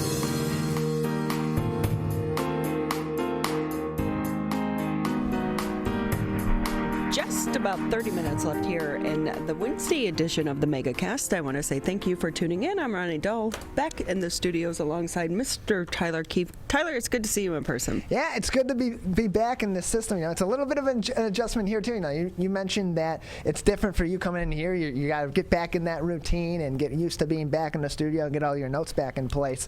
It's different here too because I'm so used to switching. Okay, if it's anything in the studio, it's just me, and then Ronnie and all the guests are all in the same spot themselves. So it's a little bit more of an adjustment, but it's been a good day. We've gone nice and smoothly today. Had some great interviews, and are looking forward to more of that coming up here on the Oakland County Megacast from our new studios in the future. There you go. I do think I should bring Trixie in. Maybe, yeah. Just so we can have the dog barking in the background. I mean, she's kind of made an appearance almost every day.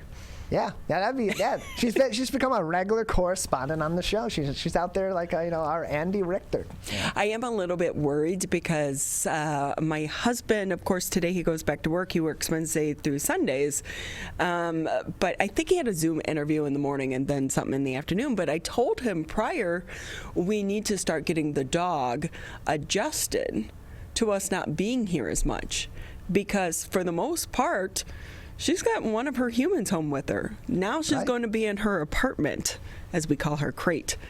So it's definitely an adjustment when they're used to having you there more often, and then that's not the case. And they got to keep themselves occupied during the day. They're wondering where you're at, and you want to make sure that that's a nice, smooth transition. So hopefully that does go well for you and Woody. Exactly. I told him to take her to the park today, tire her out. Yeah, usually, always a good idea. She goes to the park, sees her boyfriend Chester, and then she comes home and sleeps for a couple hours. What a day. What a great life. Right. Hey, but we have just about 30 minutes left here in the show. Always great to bring in our next guest, Dave Dulio. He's a professor of political science and the director over at the Center for Civic Engagement at Oakland University. 2021, starting off just pretty much like 2020 ended. Professor, great to have you with us. Nice. Thanks for having me. So we haven't heard a lot from former President Trump. However, he's not going away. He is not. He's going to use the channels that he has available to him. And I say that, of course, because Twitter and Facebook have banned him. He just has fewer avenues to go right to the public these days, but that will not keep him quiet, that's for sure.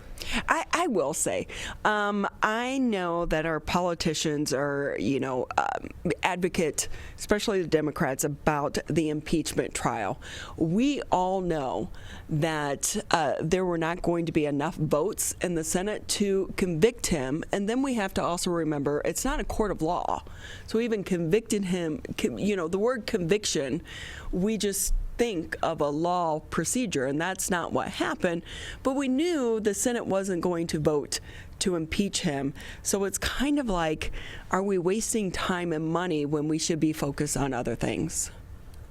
Sure, I think you make several really good points there, and let's start with what I think is, well, hopefully we won't have to do this too often in the future, right? But to reference impeachment trials. And I just broke my own rule there by calling it a trial, because I think we do ourselves a disservice when we talk about these things, and we've done it for a year plus, right? When we use terms that are normally associated with court proceedings, trial, conviction, acquittal, right? Impeachments are not a judicial process. They are a political process. No laws have to be broken for there to be an impeachment. And I'm not saying that either one of those was the case in this last time, right? But we can slip into thinking that these things are judicial or legal or what we would see in a courtroom, right? And they're absolutely not. It's political theater at some level. So your point about was it a waste of time, right? Well, that depends who you ask, obviously. But I think even some Democrats would probably admit to that. And it's maybe for a reason that they want to, frankly, move on themselves and not detract from President Biden's agenda and moving that legislatively. Although, and maybe we can talk about this too, right? He hasn't used the legislative process very much, if at all, thus far in his presidency, right? Executive orders have been coming seemingly by the dozens, but he is going to need Congress to do some things, right? First off the top is that COVID relief bill. And the more time that's spent on impeachment, the less time can be spent legislating. So I think even Democrats want to get past it and get on to things that they want to accomplish, right? And I think that was on display when they decided not to have witnesses, right? Everybody knew the outcome. And even the Democrats kind of said, okay, we know what's going to happen here. Let's not, quote unquote, waste any more time. We'll dispense with the witnesses. Let's just vote on this thing and we'll get rolling. Biden, in my opinion, I think he's played it smart by not getting into the war of words when it comes to the impeachment. For his part, I'm focused on other things. I'm not even watching it. Pretty smart on his side, I think. Oh, no doubt about it, right? I mean, he is going to be judged and is being judged right now on his attention to the economy, to COVID, to vaccinations, et cetera, right? I mean, it is, the White House does not need to be caught up in anything Trump at this point, right? They were smart to do that and stay out of the political fray and the political theater that we had that wrapped up over the weekend.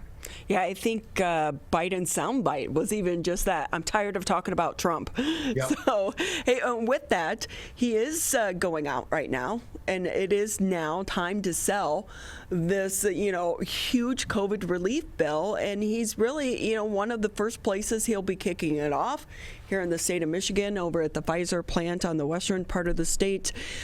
But, the vaccination rollout is still a hot mess. It's been clunky, right? And I think that part of that is it's hard to do it. It's a tough job. And that applies to President Biden and President Trump, right? I mean, the Biden White House is finding out things that they didn't know, they didn't have under control when they came in. It's a hard thing to do, right? I think they oversold what they could do. And that we'll see if that comes back to haunt them in any, with any political consequences. I doubt it, but even some of the messaging on it, whether it's vaccinations in schools, I've had to walk that back a little bit. The number of vaccinations that they want to get into arms in the next couple of months, right? They've had to adjust that, because he had set at the start 100 million doses in the first 100 days. Well, turns out that even before he got into office, vaccinations were above 1 million people per day. So they didn't have to do much to hit that mark, right? And they're going to beat that because production of the vaccine has increased. More doses are going to get out to states. More doses are going to get out to pharmacies and other places that will do those vaccinations in addition to hospitals, et cetera. I'm really interested to see how things change here in the state of Michigan because there are so many close ties to Biden. Obviously, Governor Whitmer. Now we have Dr. Calhoun is going to be a part of the Biden administration's task force. And then we had Mayor Duggan, of course, go to the White House this past week to talk about the COVID-19 vaccine rollout in the city of Detroit. So are we going to see things improve? Because right now, we're really not. And there's conflicting information, too, because Governor Whitmer is the one who closed down the schools. And there were lawsuits to try to reopen them.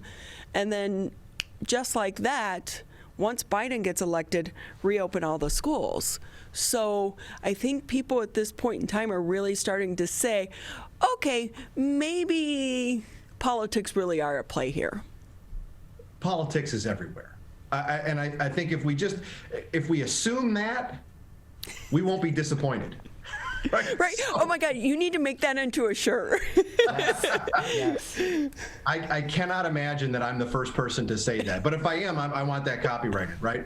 But that's just a fact. I mean, we can assume that our leaders are altruistic and they're always looking out for the best interest of the public. There's politics everywhere. It's a fact, right? And I think you're starting to see that with the Biden administration and the debate over schools, right? The debate about vaccine rollout because. Let me start with that one, right? We heard early on in the Biden administration that there was no vaccination plan that was left by the Trump administration. Well, Dr. Fauci countered that. Dr. Fauci said that wasn't true, right? So they're trying to walk this line of being able to take credit, which is smart politically, right? Being able to take credit for things that are happening under their watch. But sometimes it's the messaging is clunky, and the same thing can be said about the COVID and school reopenings. The press secretary has said something different than what the president said last night about what the goal is for what these schools are. And of course, and it's not happening, at least as far as I can tell, here in Michigan, like it is in other places like Chicago, where the battle with the teachers unions is raging, right? And parents are just up in arms, and there's the clip that went viral from Virginia a couple weeks ago, right, with the frustrated parent at the school board meeting. Just Google that one if you're listening out there and haven't seen it. So it's becoming politically difficult, I would say. You know what? I will say one thing that I kind of wonder if this is going to happen. So I remember covering the Detroit City Council back in the day. Oh my gosh. I mean, it's like you said, it was a great show just to go sit in the city council meeting, because you never knew what was going to happen or what was going to be said. Same thing with the school board meetings. There would be food flying. I mean, it was just crazy. So when Mayor Duggan came into office, and we will say there are a lot of politics behind the scenes that people don't really understand or realize. They didn't all of a sudden just get along.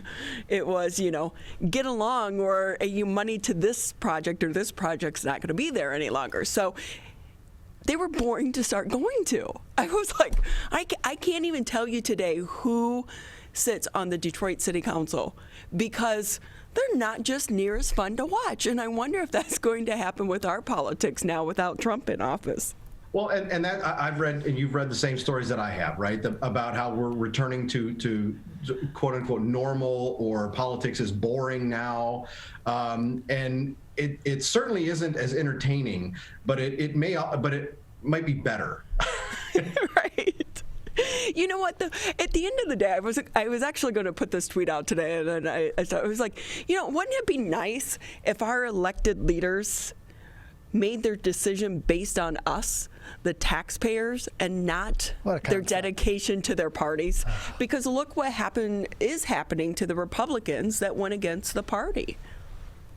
Well, I assume you mean the censoring that we see, or not censoring, censuring maybe Representative Meyer or Representative Upton or others across the country, right, who've voted for impeachment or voted for, and we're going to violate that rule again that we talked about, conviction in the Senate, right? And I think that really speaks to the Trump movement over the last 4 years, because those kinds of political moves are happening because it's Trump supporters and folks from that sort of Trump wing of the Republican Party who are now in control of those grassroots party organizations like county parties, congressional district party organizations, right, where they have maybe a majority on the board or a majority of the members, or and those maybe traditional Republicans or establishment Republicans are not as influential as they used to be. It's going to be interesting to see how the GOP party tries to either bring itself together or realign its messaging to the public, because right now it does appear, not only on a national level, but here, on a state level in Michigan, that they are a fractured party right now. Oh, there's no doubt, and it's not going to be a quick fix, or there's not a quick answer to the question of where does the GOP go from here. It's going to take years for that to get figured out, for them to find equilibrium, and there's not an easy answer to what Republicans do from here. I mean, they have really this sort of, they're at this fork in the road. Do they continue down the path that Donald Trump created, that helped blaze that path, right? Where there's no doubt that Donald Trump brought new people into the Republican Party that had not voted Republican in the past. And that helped him get 76 or 78, however many 70 million votes that he got in November. We forget that, right? He lost, but he got a lot of votes. We're still a 50-50 country. Mm-hmm. And at the same time, by messaging to those individuals, he lost some support that Republicans had previously, right? In suburban areas like Oakland County, suburban areas like Kent County, right? Trump did worse in those places than previous Republicans. So does the Republican Party, do they continue down that Trump path, or do they tack a little bit differently, try to come back to what they used to be, and maybe get some of those folks who are inclined to vote Republican but just didn't like Trump. Can they get those folks back? Now, if they can do both, Republicans are in good shape. But that's going to be a tough needle to thread over the next couple of years through 2022 and certainly into 2024. Dave Dulio with us here on the MegaCast. He's a professor of political science and director for the Center for Civic Engagement over at Oakland University.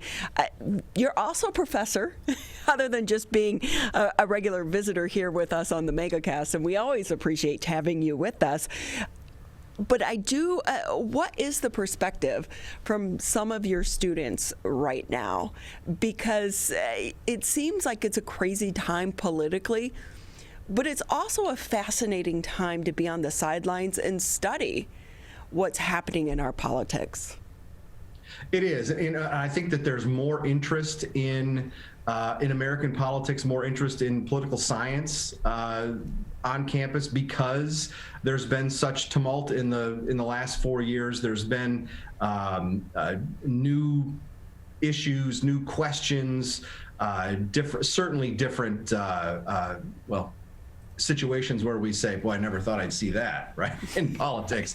And I think that generates interest. I'll be honest with you, it's tough to get a read on sort of where college kids are these days because I don't see them. I don't talk to them as much as I would if we were able to meet in person, right? I'm online this semester because my classes are too big for us to be in a room that we can be socially distant. So, we have to do everything through, in this way. So it's if you ask me this in a semester where I was on campus and regularly interacting in a personal level with students, I'd have a much different answer for you. I look forward to the day when I can give you that answer.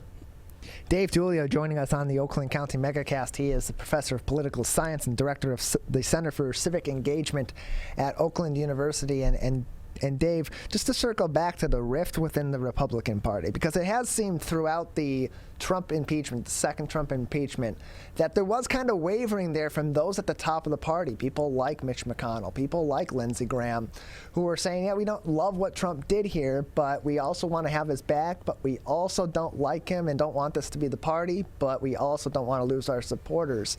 Strategically for the Republican Party, it's also kind of a crossroads too, because if there's a split there, it kind of benefits the Democrats, would it not? And does that make it a little more of a situation where maybe those in the Trump Republican camp would be more inclined to level with more moderate people in the party? Well, you'd think so, right? Because if there's a split, right, if the Republican Party splinters into two different groups that all of a sudden try to run candidates for office, that is basically handing Democrats control of all branches of government for the foreseeable future. I don't see any other way where that doesn't happen. Simply because, as I said, we're this 50-50 country. But if you take that one of those 50s and split it up, Democrats win pretty easily, pretty handily. So I think that most Republicans understand that and are going to try to work to not let that splintering happen. But there may be some hardliners who want to try and say, look, we're not about politics, we're about principle. We believe in these issues and these policy solutions, and winning elections be damned. That would be it's certainly plausible. Whether it's likely, I think, remains to be seen. But even on the other side too, there were reports a week or so ago about how maybe 100 or so Republicans met to talk about trying to form a centrist party. Well, that would be interesting but what that would take is getting those moderate Democrats who voted for Joe Biden, who voted for Barack Obama, to get them to come and join that movement, right? Democrats aren't going to want to let that happen, right? So there could be this battle, sort of for the ideological center, and we'll see what happens. Yeah, I really feel like independents throughout this time, they've lost their voice because you have people on the far left and they're very passionate about their views, and you have people on the far right and they feel the same way. And when you're an independent in the middle, both of those sides are not willing to listen to you as an independent person. And when you try to ask them questions, then it's defensive. So if these political parties can really come after that independent person, I mean, we hear about the independents every election time, but outside of around election time, who cares about us? Well, that's a good point, right? And I think that some folks who call themselves independents maybe getting to the point where they're sick and tired of being courted every 2 or 4 years, but then not listen to once governing time comes, right? Once campaign season is over. And I think that's, maybe that happens. But I will say, right, there's interesting evidence in polling data that is, has been the case for years and years and years, that a lot of folks who claim to be independents really aren't.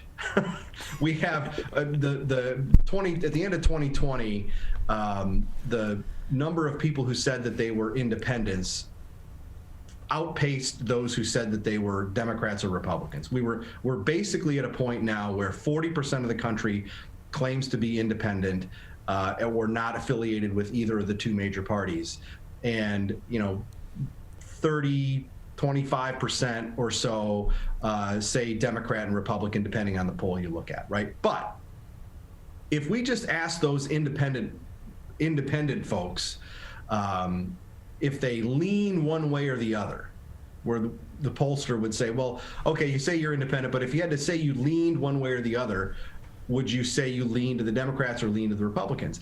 And the vast majority of those independents all of a sudden disappear. And most of those people cop to having some partisanship, right? Where we go from just one survey question, we get 42% of the public saying they're independents. Well, after that follow-up question, it shrinks to 9 or 10%, right? So there's this debate about how many independents are there really when we boil it down to brass tacks. And I know that my husband gets upset with me when I vote because I am truly an independent, and I know that I knock out the power of my vote by going across party lines, but I try to do my research and vote for an individual based on my beliefs and who I think might be the best person for the position. But at the end, our candidates don't do that. Once they're elected, they go party lines. So it doesn't matter if you're an independent. Whichever person you vote for is going to vote for the party. Well, with all due respect, I would disagree with your husband and just say that you're not diluting your vote when you split your ticket, right? And now, to be fair, we see a lot less of that these days than we did 20, 30, 40 years ago, where ticket splitting has gone down, right? The folks like yourself who say, oh, I'm going to vote for this candidate from this party for president and this candidate from this party for U.S. Senate, and you go back and forth down the ballot, right? That happens less and less these days. So it's not a terrible surprise that we see sort of entrenched partisans when they get into office. Plus, those individual office holders need their party for things like committee assignments, campaign help the next time around, right? So the party can use carrots and sticks to try and extract the behavior that they want out of these elected officials. That's a great line. That's a great analogy. I will say, though, I may have been a bad person when it comes to voting for certain people at the top of the ticket, because I just wrote in Papa for president. Oh, no. Because that's what I call my husband, because he's the dog's Papa. Because I was like, I can't vote for either one of these people. So I know that's terrible. And I just admitted to that publicly, too. But I'm okay with it. I'm secure in where I stand when it comes to politics, because when you've been a reporter as long as I have been, you understand that they don't care about you. They don't care about you, Tyler. They don't care about me. They care about us on Election Day. Of course. And I have seen politicians who have gotten into it to really want to serve. Those first-time candidates who really are true to the process and wanting to serve us in the public. And then you check back in with them a few years later. Boy, things have changed.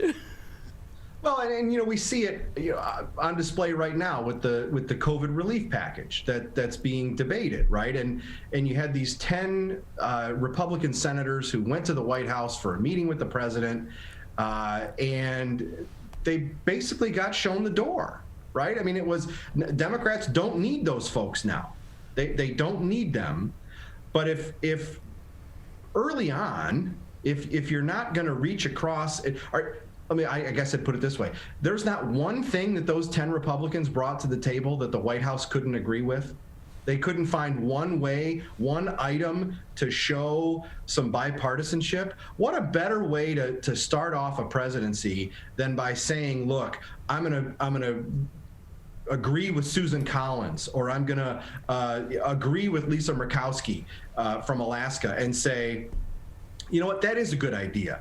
I'm gonna take your idea and put it in over what my party wants. What a great signal that would have been. But this is gonna pass. It might get some Republican votes just because I think that there might be too much political pressure on some Republicans not to vote for it. But it could have passed, I think, in a pretty big bipartisan way. But that's not the path that the White House or the Democrats in Congress have chosen, and they can do that. Right? And I would say, look, elections have consequences. That's what we have them for. It's for the elected officials in the Congress and the White House to make policy, and they're going to do that, which they can. But I think that would it have been better if they could have forged some kind of bipartisan agreement? The president, yes, the answer to my question, I'll answer it myself, is yes, I think so. But are you thinking about running for office? Because I'll be your campaign manager. Absolutely not. The president talked a lot about unity in his inaugural speech, which was terrific. It was a good speech, right? It was the right message at the right time in the right context, in my humble opinion. Unity for me is when people come and meet in the middle, right? That's a two-way street. That takes both sides wanting to do that. Unity and bipartisanship, and maybe those two are different things, right?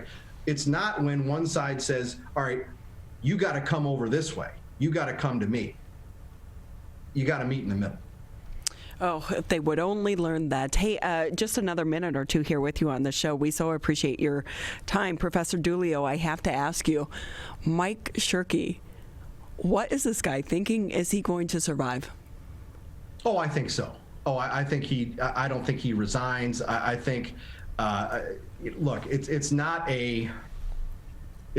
the first time that a elected official, politician has had to walk back or clarify their remarks. Heck, I think the White House had to do it a couple times in the last week or so, right? Hey, we didn't say that exactly right. Shirkey's got what I think is a plausible explanation for what he meant when he said what he did. And look, are the Republicans going to kick him out? No way. Then they lose, right? Then the Democrats win. And that's another problem with our politics, right? Is that we see elected officials or party organizations do things just to keep the other side from getting an advantage, right? And it's this game of one-upspersonship or brinkspersonship or whatever you want to call it, right? And it's this that's not helpful either. So I think he survives, if only because he's going to dig his heels in, right? But again, I'm not sure why we're shocked that an elected official's got to sort of qualify, or as I said, clarify what they were talking about. This isn't the first time, won't be the last. That is so true. Hey, quickly before we let you go, do you still believe in our political process? Absolutely. The process that we have is terrific. The structures that were put in place by the U.S. Constitution and developed over the last 240 some years are unique. Are they the best? I think that is debatable, but it's stood the test of time. It has, but I do believe, too, lobbyists have helped taken over the process in some regards as well, but that's a conversation for another day. So we know that you have classes to teach, but again, we always appreciate having you with us here. Professor Dulio with us over at Oakland University.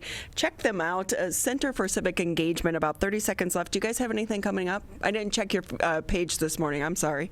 Oh, that's quite all right. We're going to continue our civic engagement office hours virtual series in March and April. Folks will be able to find us on the Facebook page at OUCCE for details when those are announced. And we'll have a couple other things in store for you over the next few months as well. Oh, great. Thank you so much. And we do want to remind people that some of your previous events, you do record them so people can go back and watch some of those conversations and those events, because you've had some really great ones on over the last couple of months. Professor Duglio, thank you again for your time. Pleasure. Tyler, it's been great being with you back in the studio. Yes, it's been great having you back in. Great show today. First show back with all of us back in the studio, and got more coming up over the next few days. I managed not to fall out of the chair. So did I. It's you know, it's tougher than it looks. It really is. And like I said, I brought my slippers in, so I didn't get my snow boots everywhere and track snow through the building. But they're really slippy on this chair. It's on wheels, just so people know. The chair's on wheels, and it's very high, and it's a miracle that I stayed in the seat all day. But again, give us the quick details before we say goodbye about tomorrow's event. Yes, tomorrow morning, 9 a.m. until 9:45, we will be holding a COVID-19 vaccine town hall here on Civic Center TV, on WBTV, and on most of our on our web outlets as well. 9 a.m. until 9:45. If you're looking on your screen, all those details there. 89.3 Lakes FM, Civic Center TV, community Facebook pages. You can find more on our website, civiccentertv.com. Have a great day.